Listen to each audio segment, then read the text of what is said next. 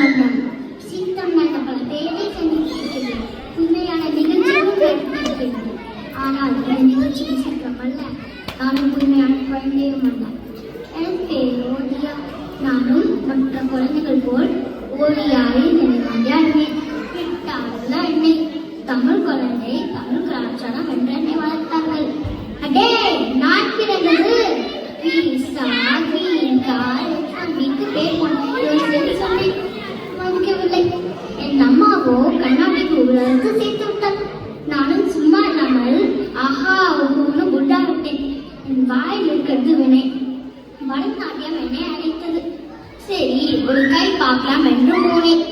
என் தந்தையோ பெரிய ஆட்டக்காரன் நினைப்பில் ஹிப்ஹாப் ஆட வைத்தார், வேலை ஆட வைத்தார், குத்துப்பாட்டு ஆட வைத்தார்.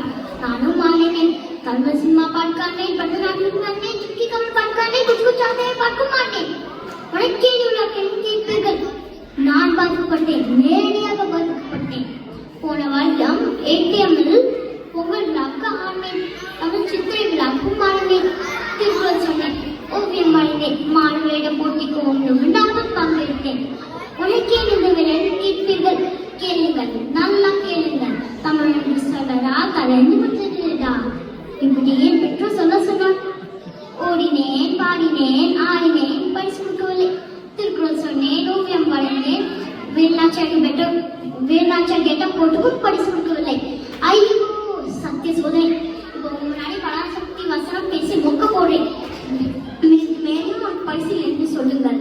நான் கார்த்திக் பிரியாவை வெற்றி செய்வேன். வேறு யாரும் இல்லை, என் அப்பா அம்மா தான். அந்த சிக்கன் பிரியாணி சாப்பிட்டு செரிக்கவில்லை. அதனால் இதுதான்